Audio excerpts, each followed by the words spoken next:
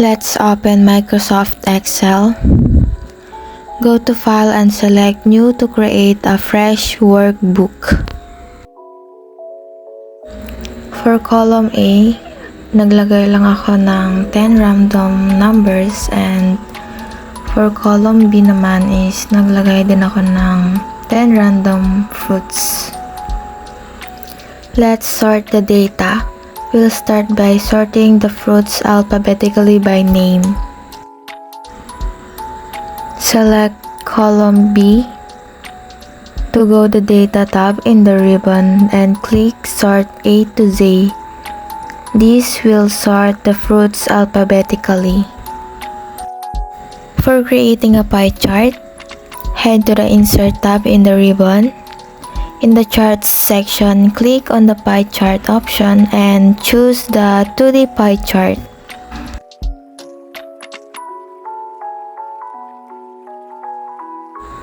Sa taas, merong lalabas na mga pagbibilan ng design ng pie chart.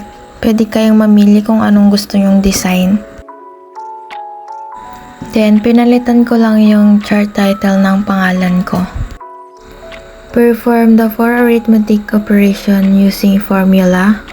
So, sa addition, yung 48 is nasa column A siya and nasa number 2. Ang tawag po dyan is A2 and A3 naman po yung nasa 55.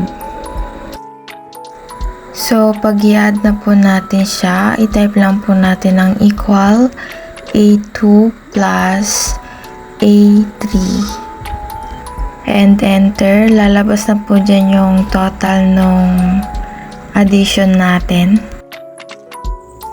Ganon lang din po yung sa subtraction, multiplication, and sa division.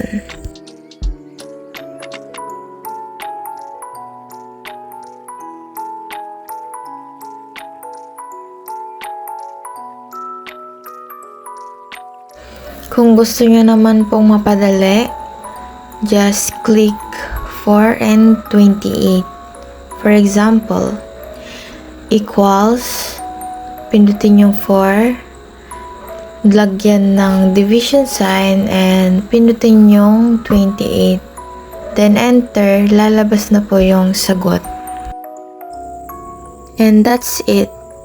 If isasave nyo naman na po, just Ctrl plus S, magsisave na po siya.